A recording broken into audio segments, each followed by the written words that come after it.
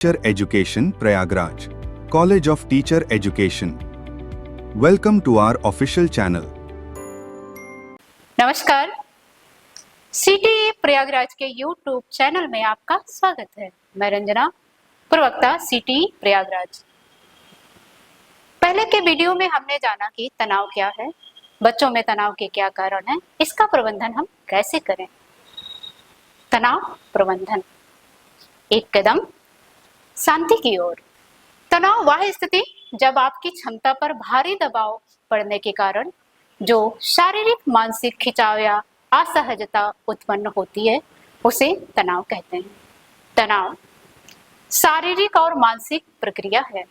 हालांकि तनाव हमारे जीवन का एक हिस्सा है। सामान्य तौर पर तनाव दो प्रकार का होता है। जो हमें किसी कार्य करने की प्रेरणा दे उसे सकारात्मक तनाव कहते हैं, और जो हमें नुकसान पहुंचाए, शारीरिक रूप से अस्वस्थ बनाए, उसे नकारात्मक तनाव कहते हैं। तनाव बच्चों के साथ साथ वयस्कों और वृद्धों में भी होता है। आज हम वयस्कों वृद्धों से संबंधित तनाव, उसके कारण, दुष्प्रभाव और नियंत्रण के बारे में बात करेंगे। वयस्कों और वृद्धों में तनाव के कारण, जीवन की घटनाएं, बालपन में या असमय से किसी भी व्यक्ति का चले जाना, माता पिता का साया सिर से उठ जाना, ये भी तनाव का कारण है। दूसरा, आर्थिक समस्याएं। जब एक ही व्यक्ति परिवार में कार्य करने वाला होता है, कमाने वाला होता है, तो भी इसके कारण तनाव हो जाता है।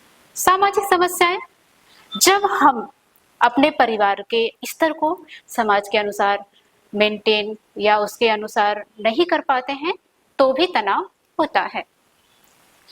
स्वास्थ्य संबंधी समस्याएं, अस्वस्थ जीवन शैली। जब व्यक्ति के शरीर में कोई समस्या हो जाता है, कोई रोग हो जाता है, तो भी वो तनावग्रस्त हो जाता है।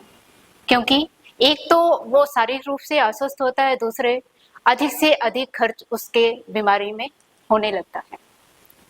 समय प्रबंधन की कमी बहुत बड़ी जो हमारे तनाव का कारण बनती है, वो है समय प्रबंधन की कमी।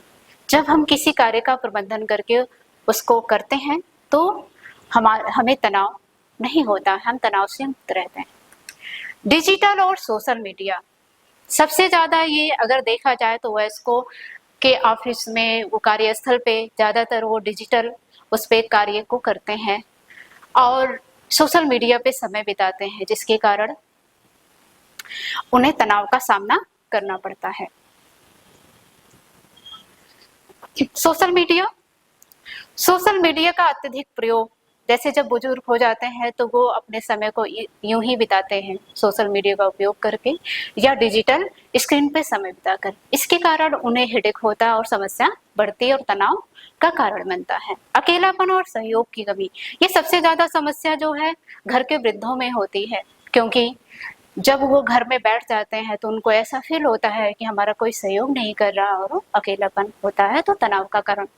जनरेशन गैप, जब हम देखते हैं कि हमारी जो पीढ़ियों के बीच जो गैप है, आज की पीढ़ी दूसरे पीढ़ी के बीच जो गैप होता है, वो भी एक तनाव का कारण बनता है। तनाव के लक्षण मानसिक और शारीरिक लक्षण होते हैं।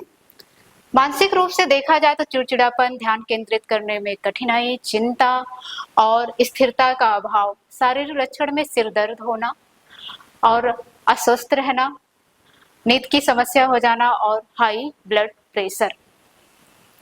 इसके कारण भी जो है ऐसा जब हमें किसी व्यक्ति में दिखने लगता है, चाहे वो वयस्क हो चाहे वो वृद्ध हो, तो वो तनाव से ग्रसित होता है।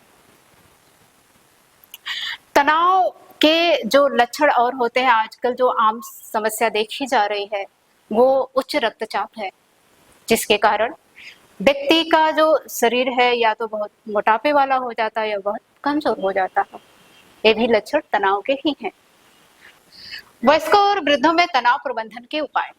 तनाव प्रबंधन का जो उपाय है उसमें सबसे बड़ी जो बात है वो नियमित व्यायाम, ध्यान, योग, संतुलित आहार, पौष्टिक आहार और समय प्रबंधन करना, कार्यों को प्राथमिकता के आधार पर करना, ये सब हमारे जो है उपाय में सम्मिलित हैं। सकारात्मक सोच हो जाना, परिवार और मित्रों के साथ समय बिताना, अपने कार्य को प्राथमिकता देना और कार्यस्थल पे समय से पहुंचना, ये भी जो है हमारे उपाय में शामिल है। सबसे बड़ी बात यह है कि हम खुद को समय दें। तनाव का प्रबंधन करते समय हम सबसे पहली बात होती है कि समय का प्रबंधन तो करें ही करें, लेकिन हमें अपने ऊपर भी ध्यान देने की आवश्यकता होती है। जब हम खुद को समय देंगे तब हम मानसिक रूप से शांत रह पाएंगे, आध्यात्मिक चिंतन करेंगे। कम से कम मेरा मानना है तो कम से कम 10 मिनट का हम आध्यात्मिक चिंतन अवश्य करें। ऐसा नहीं है कि हम एक कोने में बैठ जाएं ध्यान योग मुद्रा में, नहीं। अगर आप चाहें तो बैठे बैठे अपने सांसों पर ध्यान कर सकते हैं। सांसों पर ध्यान करेंगे, सांस कैसे आ रही है जा रही है, तो आपका मन बहुत ज्यादा शांत होगा और इससे तनाव प्रबंधन में मदद मिलेगी। परिवार के सभी सदस्यों को प्राथमिकता अवश्य देनी चाहिए। ऐसा नहीं है कि ये छोटा व्यक्ति कोई कह रहा, छोटा जो भी परिवार का सदस्य है तो उसका तर्क, उसकी बातें गलत हो सकती है, नहीं। हो सकता है उसकी बातों में बहुत बड़ा समाधान छुपा हो, इसलिए हमें सभी को बराबर प्राथमिकता देनी चाहिए, जिससे परिवार में सौहार्दपूर्ण वातावरण बने। निष्कर्ष, तनाव हमारे जीवन का एक हिस्सा अवश्य है, लेकिन यदि हम चाहें तो तनाव को एकदम जड़ से खत्म कर सकते हैं, क्योंकि हमारा मन, हमारा मस्तिष्क ही इसका कारण बनता है। हमारे अस्वस्थ जीवन शैली, हमारे रहन सहन का स्तर, ये सब हमारे तनाव के कारण बनते हैं। हमें एक स्वस्थ और अच्छा जीवन जीने के लिए तनाव का प्रबंधन अवश्य करना चाहिए, क्योंकि तनाव हम खुद पैदा करते हैं और हमें खुद ही उसको समाप्त करना चाहिए। इसके महत्वपूर्ण जो मैंने बिंदु सोचा है, जो मैं जानती हूँ, समय का प्रबंधन सबसे महत्वपूर्ण है।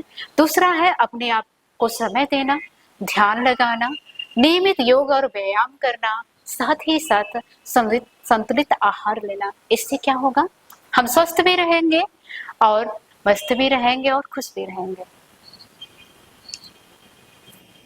इस तरह आइए चलते हैं हम तनाव से मुक्त होकर एक कदम शांति की ओर। धन्यवाद। मिलते हैं एक और नए वीडियो में, तब तक के लिए नमस्कार।